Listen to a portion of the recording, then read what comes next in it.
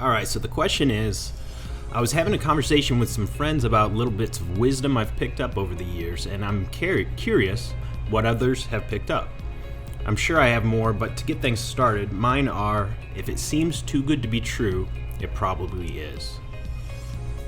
Make a product just custom enough. And learn, master, delegate. I like that third one a lot. Learn, master, delegate. That really rings true for me. I know for my business, going from a freelancer to a full-fledged digital marketing agency, that was the process. And it's as simple as that. Learn, master, delegate. And delegation is so incredibly important, obviously, for any business owner. And it actually reminds me of the quote by John D. Rockefeller.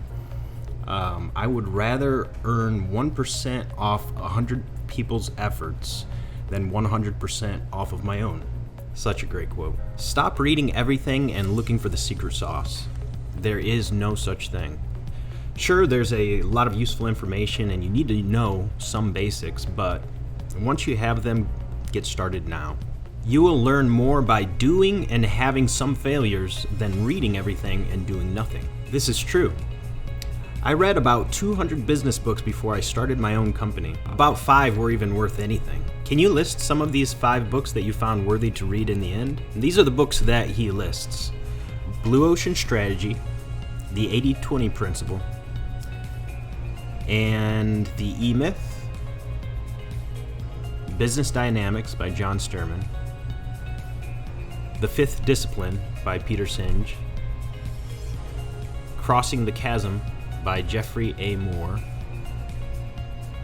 and The Innovator's Dilemma. About the Innovator's Dilemma, he said, I like this together with Blue Ocean Strategy to figure out how to hit large incumbents hard in a way they can't really do anything about it or even hit back. Then he finishes by saying in the edit, I will say that a lot of people, sometimes myself included, are looking for the answer when they don't know enough to ask the question or understand the answer even when they see it.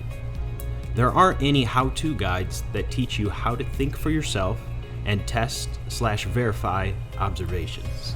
The only thing I'll add to that is, first off, I think these are great books. I mean, almost every one of them helped me a lot. The one that I would say I'm kind of iffy on is John Sturman's Business Dynamics. That read a little bit more like a textbook, and it's probably worth delving into if you have the time, and especially if you're taking a class or something like that with that as the textbook, but if that's even a thing. But for me personally, I enjoyed other books more and got a lot more out of them. And really, I would say the Blue Ocean Strategy and learning how to delegate, really, those are the 2 most important takeaways from this Reddit post. Oh, and the 80-20 rule, of course. I would say those 3 things are the top 3 takeaways, so to wrap this up, I'm going to delve a little bit deeper into each of those 3. Starting with the Blue Ocean Strategy. Blue Ocean refers to a particular corporate strategy where instead of trying to compete directly with other entities, you carve out your own market space and create new demand. This is in contrast to the Red Ocean, where you're fighting directly with your competitors for an existing market share. Intel and AMD, for example, exist in the Red Ocean. Their CPU lines fight against each other directly. Sony and Microsoft as well compete against each other in that way.